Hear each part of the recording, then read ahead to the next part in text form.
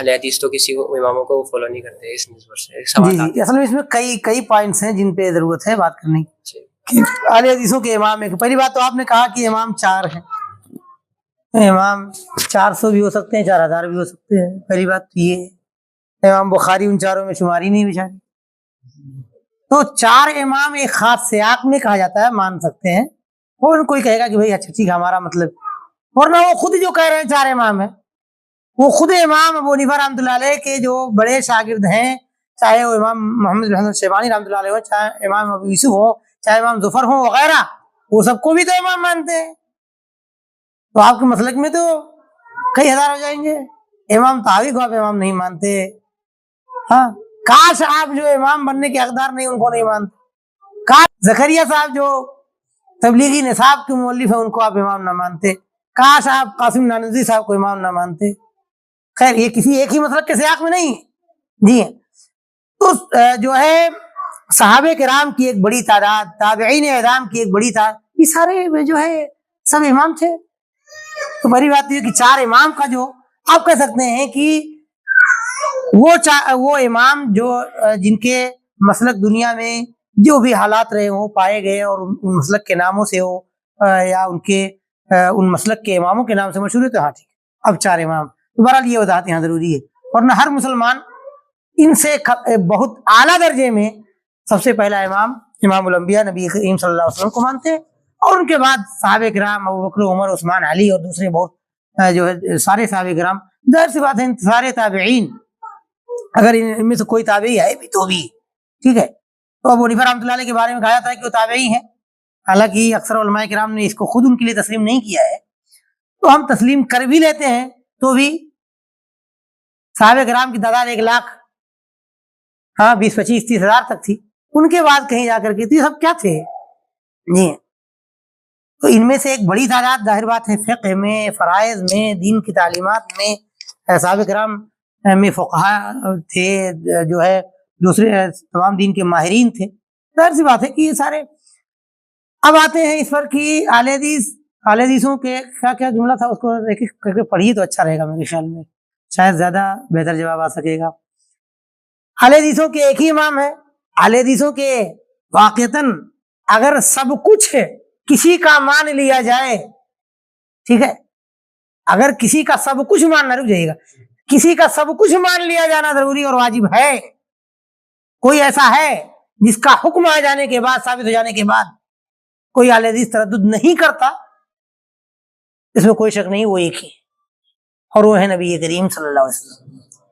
اور یہ اہل حدیث کے تمام لوگ، تمام علماء،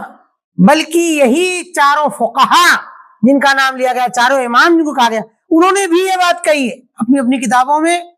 کہ اگر حدیث آ جائے، حدیث صحیح، جیسے امام ابو حنیفہ رحمۃ اللہ علیہ سے متعلق کی بات بتائی جاتی ہے، کئی روایتیں ہیں ان کی، جن میں سے ایک یہ ہے کہ صح الحدیث فهو مذهبی،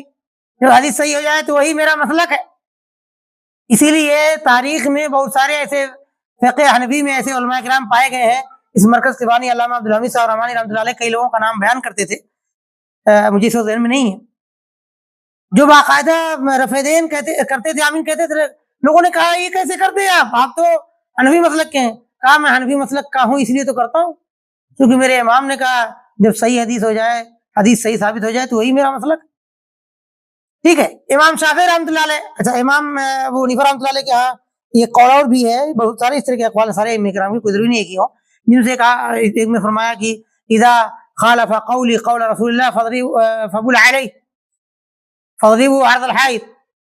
2 طرح کے الفاظ میرے خیال ایک روایت میں ہے ابو حنیفہ رحمۃ اللہ علیہ سے کہ اگر میری بات نبی کریم صلی اللہ علیہ وسلم کے قول کے خلاف ہو جائے تو ایک میں کہا اسے دیوار میں مار دینا، دوسرے میں کہا کہ اسے پیشاب کر دینا، فبول علیہ، نہیں یعنی میرے قول پر۔ امام شافعی رحمۃ اللہ علیہ سے جو ہے یہ ان کا قول معروف ہے کہ لقد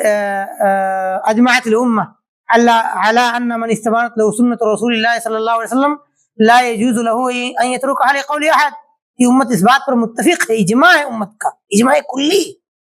کہ جس کے لیے نبی کریم صلی اللہ علیہ وسلم کی سنت واضح ہو جائے اس کے لیے جائز نہیں ہے کہ کسی اور کی بات کے ناطے پھر اس سنت کو چھوڑ دے۔ اس طرح سے امام مالک رحمۃ اللہ علیہ کے بارے میں کل یؤخذ من قوله ويرد الا صاحب هذا القبر، یعنی نبی صلی اللہ علیہ وسلم انہوں نے فرمایا تھا کہ ہر ایک کی بات کو لیا جائے گا اور چھوڑا جائے گا، ایک ہی ہے۔ صحابہ کرام میں بھی کوئی اس درجے میں نہیں، صرف نبی کریم صلی اللہ علیہ وسلم جو اللہ رب العالمین کی بتائی ہوئی تعلیمات کو، جبریل کے ذریعے لائی ہوئی تعلیمات کو دنیا کو بتاتے ہیں، ان کے علاوہ کوئی ایسا نہیں ہے صحابہ کرام میں بھی جس کی ہر بات کو ہر حال میں تسلیم کیا جانا ضروری ہو سوائے رسول اللہ صلی اللہ علیہ وسلم۔ یہ سارے ائمہ کرام سے چیز آئی۔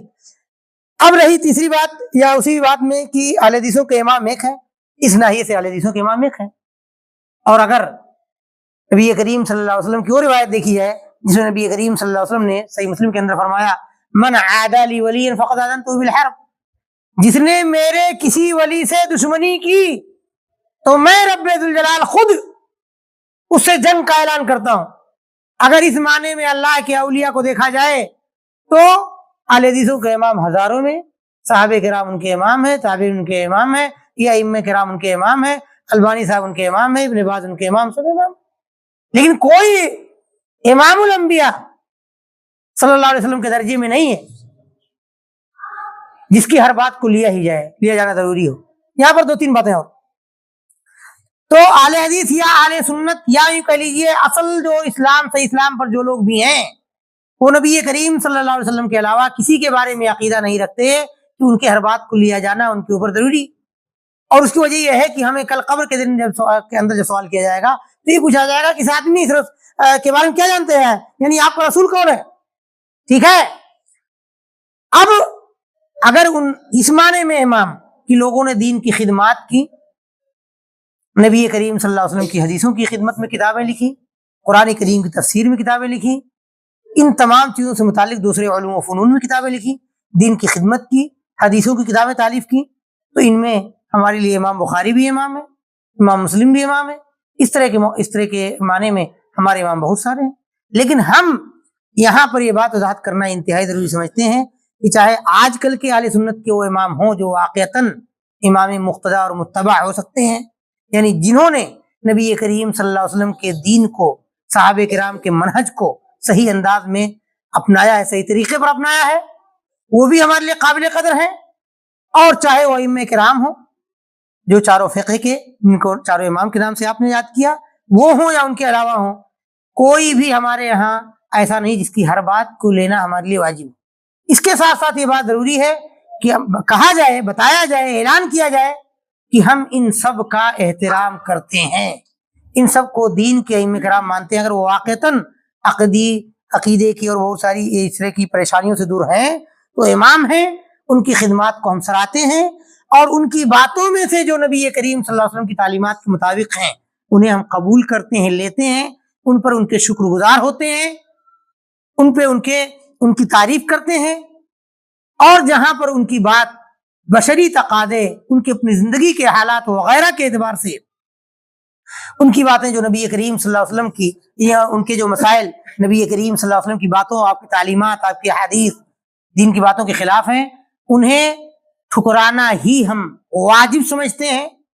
اور اس کے باوجود یہ کہتے ہیں کہ ان کی باتوں کو ٹھکرا دینا ذرہ برابر بھی ان ائمہ کرام کے لیے توہین نہیں ہے۔